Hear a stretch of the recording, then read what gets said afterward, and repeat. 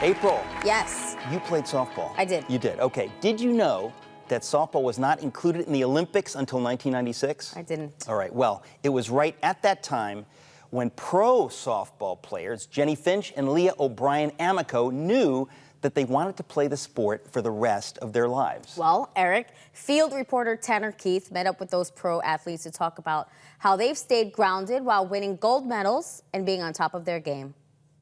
Jennie, talk to me a little bit about how you started playing softball and kind of where this passion came from.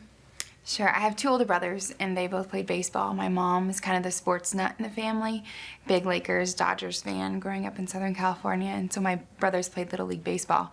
And when I turned 5, I wanted to be like them, and my parents found the local softball league, and so I started there with t-ball, and I got to experience winning for the first time because I didn't win much at home with my big brothers, so it was nice, and just fell in love with the game and been playing ever since. Yeah, it seems like your dad kind of has quite an influence on you and growing up playing softball. Tell me about that.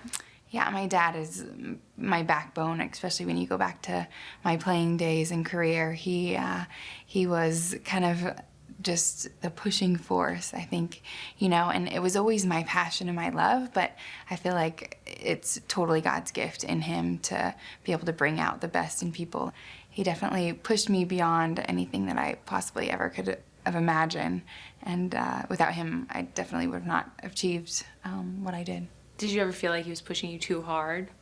Many a times I thought it was too hard, you know, but it was a great balance. Like, my mom was there and she was more the emotional supporter and, you know, reminding me he does love you and it's out of love, you know, and trying to explain why he is so crazy and, you know, driven, you know, because I think he saw more in me, and I think it pushed me beyond my limit. So I think it was a great balance. Well, I know when we're, you know, a lot of little girls always dream about what they're going to be when they grow up. And did you ever dream that you were going to be an Olympian and win a gold medal? Well, being in LA, the 1984 Olympics, I was 4 years old. I have this outfit and I'm in an Olympic outfit, you know, but I had no idea. I was a Mary Lou Retton fan growing up, so 6'1", no chance of being an Olympic gymnast, and softball wasn't in the Olympics then, so it wasn't really something that I strived for until I saw the 1996 Olympic team play, and that was the first year it was in the Olympics, and so that kind of planted that seed for the Olympic dream. Well, you're kind of seen as this sex symbol in softball. A lot of people talk about how beautiful you are, what you are. And, you know, how does that make you feel, being seen as this sex symbol when you've worked so hard for this talent that you have?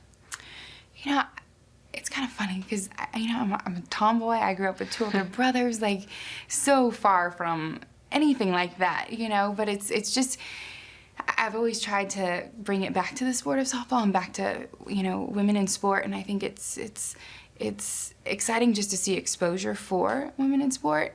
You know, muscles on females are beautiful, and strong is beautiful, and powerful is beautiful. All of those words that, you know, were never associated with women, now it's popular. It's so exciting, and, you know, if I can inspire a young girl or encourage a young athlete, that's, I think, the greatest compliment that I could get and I could do. I think the best thing about being in my shoes is being able to hopefully inspire and encourage others on their journey.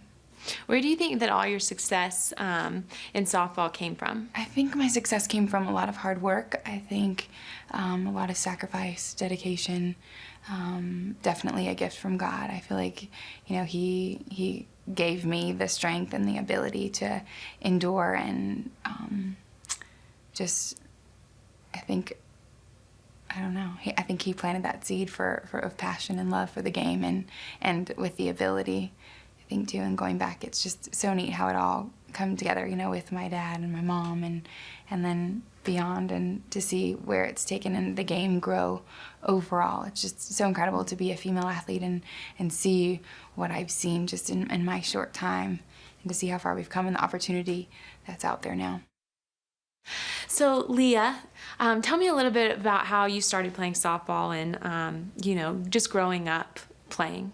My parents got me involved in just a local league in Southern California when I was 7 years old. My dad loved baseball growing up, but he didn't get to play a lot, didn't have a lot of support from his dad, who was always working and busy. And so I was a firstborn. My dad couldn't wait, got a glove on me and signed me up, and it just happened to be something that I fell in love with. Eventually, when I was 14, I pitched our team to a national championship in Tennessee. We were there, and there were teams, 50-some teams from all over the country, and I was the winning pitcher. And I think that was the first time my eyes got open to how big this sport could be. And I then had coaches and my parents and friends' parents just saying, hey, if you work hard, like, you can get a college scholarship. And that really became the end that I was looking for. I thought, okay, that's what softball is going to allow me to do, is go and get an education. And that really was the ultimate goal until I got to college and new doors opened up. When you do so well in college and you start getting recognized for these great things that you're doing, how are you able to keep a level head? I think my personality in general was good because I would do well, but then I could always feel like I could be better. And I think playing on a top team, there were always girls that were faster than me, stronger than me. The pitchers were throwing high 60-mile-per-hour, and so I think I a lot of times would just think of how much better I could still be. One thing I do remember being in college, and we get to the end of the year, and my sophomore year I was named first team All-American, and I just remember feeling like, okay, and it's right before the Women's College World Series starts. The top 8 teams are going to compete for the national title.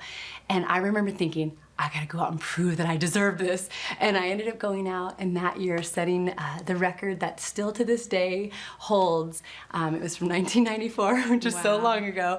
But I ended up going 9 for 12 and walked a couple times, and so I have a 750 batting average, and it's still the record. But I laugh because I remember my thought process of, I just got to prove that I deserve this award. What was it like to have Jennie on your team and kind of a friend in your faith? It was refreshing when Jennie Finch came on the team, just knowing the talent, the fight that she had in her. She is probably the most humble, grateful, just real athlete. I love that she's an example, but also she's a good friend. And I think the neatest thing has been after our Olympics were over and after our playing careers were over, we do softball camps around the country where she draws in 300 to 400 girls that look up to her. But really, I love the fact that we get to bond and share stories of things God's doing, and we get to be that example together to all these young girls looking up to her.